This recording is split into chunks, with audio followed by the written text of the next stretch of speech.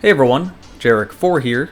Feels so nice to be able to say that again. I haven't posted to this channel in a long time, so if you could link this video around so people actually saw it, that would be so helpful to me. I want to start posting to this channel, but since I haven't posted in a long time, YouTube probably won't put it in people's notifications.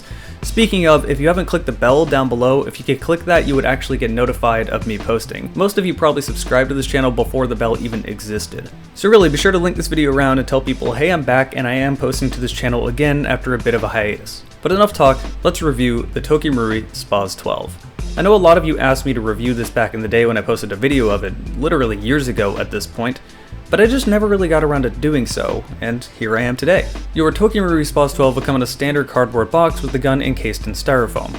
Inside of the box you will find an unjamming rod, the Marui Spaz 12, an instruction manual, an orange plug, one shotgun shell, some BBs, and a speed loader. I'm not going to waste your time with any more information, you've all seen boxes like this before. The actual Spaz 12 is almost entirely made of ABS plastic, which is par for the course for Marui. The parts that need to be metal are metal, like the safety, trigger, the lever to open up the latch to put the shotgun shell in, the latch itself, the barrel, what would be the magazine on the real shotgun, etc, etc. Quality control is great and there's quite a bit of attention to detail. That said, if you were hoping for a metal Spaz 12, you aren't going to find it here. It's also a tri-shot, meaning it doesn't function the same way as an actual Spaz 12. So even though those features are there from the real gun, they're non-functional. The charging handle doesn't come back. The bolt release is just a molded piece of the gun. The button underneath the pump, which is what the real one would use to swap from manual to automatic, is just a molded piece of the pump. Instead, its actual operations are quite different. The safety is just a metal tab. When you push it in, the trigger is locked in place. Push it out, you can pull the trigger. There's a push pin, what looks to be a safety, right next to it, but what this actually does is lock what would be the safety on the real gun from moving. If you push that safety back in, you can unlock it, and if you push it down, it opens a latch underneath the gun. This is where you insert the shotgun shell, which acts as your magazine for the tri-shot. I simply find it interesting that they used what was the original safety on the Spaz 12 to use this to open the latch underneath. An extra fun fact, this type of safety is pretty rare to find on a real Spaz 12, as Spaz 12s were recalled since the safeties had a chance of firing the gun when you took them off safe, and they were replaced with a standard push-pin safety, which is much more reliable.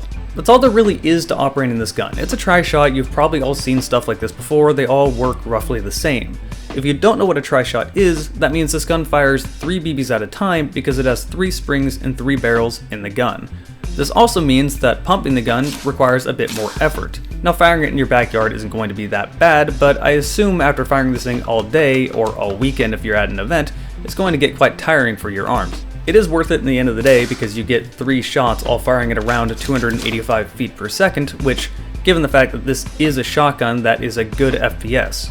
You're really only going to be using this in CQB. You shouldn't be taking this into woodland unless you really want to, but you'll be at a disadvantage. 285 feet per second is more than good enough for CQB. This gun does have fixed hop-up. Marui's hop-up units are notoriously good, meaning this gun does have more accuracy and range than most other tri-shots, but again, it's still a tri-shot. Tri-shots are interesting designs, as they're one of the few things that actually make sense for both a new player getting into the scene to get and an experienced player. As mentioned, these shotgun shells are your magazines. They hold 30 BBs, meaning you can get 10 shots out of one. You only get one, so you'll need to buy more, but they are very affordable and you can carry quite a few of them on you. Ammo should never be a problem for you, especially since reloading is very painless with this. Tri-shots are pretty hard to get wrong, and that's why there's so many of them on the market. But with there being so many on the market, that's one of the complaints I have about this gun.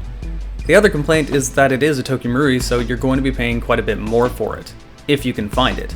These will frequently go off the market, being out of stock everywhere for months on end, making them pretty difficult to get.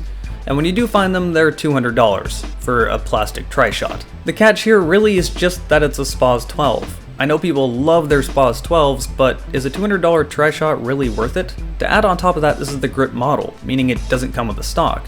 If you want to buy the stock separately, you'll find it for roughly around $100 extra. Yikes. Thankfully, you can modify a KTW stock to fit onto it. If you do find the full package, meaning you find a Marui Spaz 12 with the foldover stock, it'll probably cost you around $250, give or take, depending on where you go. For the longest time, Marui had no competition when it comes to a Spaz 12. If you wanted a decent airsoft Spaz 12, this was what you had to buy. This changed recently when ASG released their own tri-shot Spaz 12 at only $60. But that said, the attention to detail is just not quite as good as Marui's. In fact, it's missing a charging handle entirely. On top of this, there's no way to add a foldable stock onto it. But it is a tri-shot, and tri-shots are hard to get wrong, so it functions perfectly fine. The question here becomes, do you spend $60 on a functional SPOS 12 tri-shot, or do you pay near 4 times as much to get a higher quality tri-shot with real attention to detail? I think the honest answer here is, do you want a good SPOS 12, or do you just want a tri-shot shotgun? If you just wanted a tri-shot shotgun, I would recommend getting a different model of shotgun entirely and avoiding this problem. But if you need that SPOS 12, then Tokyo Marui really is the only way to go. I know people will lynch me for saying this, but it is definitely overpriced. It's not bad, it's functional, it's going to do what it's supposed to do, but it costs twice as much as it really should. So is it worth it? Yes, kind of. Really depends on who you are. But that sums up my review of the Tokyo Marui SPOS 12. I hope you guys have enjoyed this video. If you want to see more of me, check out my video game account, Jarek4GamingDragon. I post over there all the time. It's been my most active channel for the last few years. I've been on hiatus over here. I also stream to Twitch almost every weekday, so if you want to check out my Twitch, it's twitch.tv/Jarek4GamingDragon. And hopefully, we'll see you guys over there.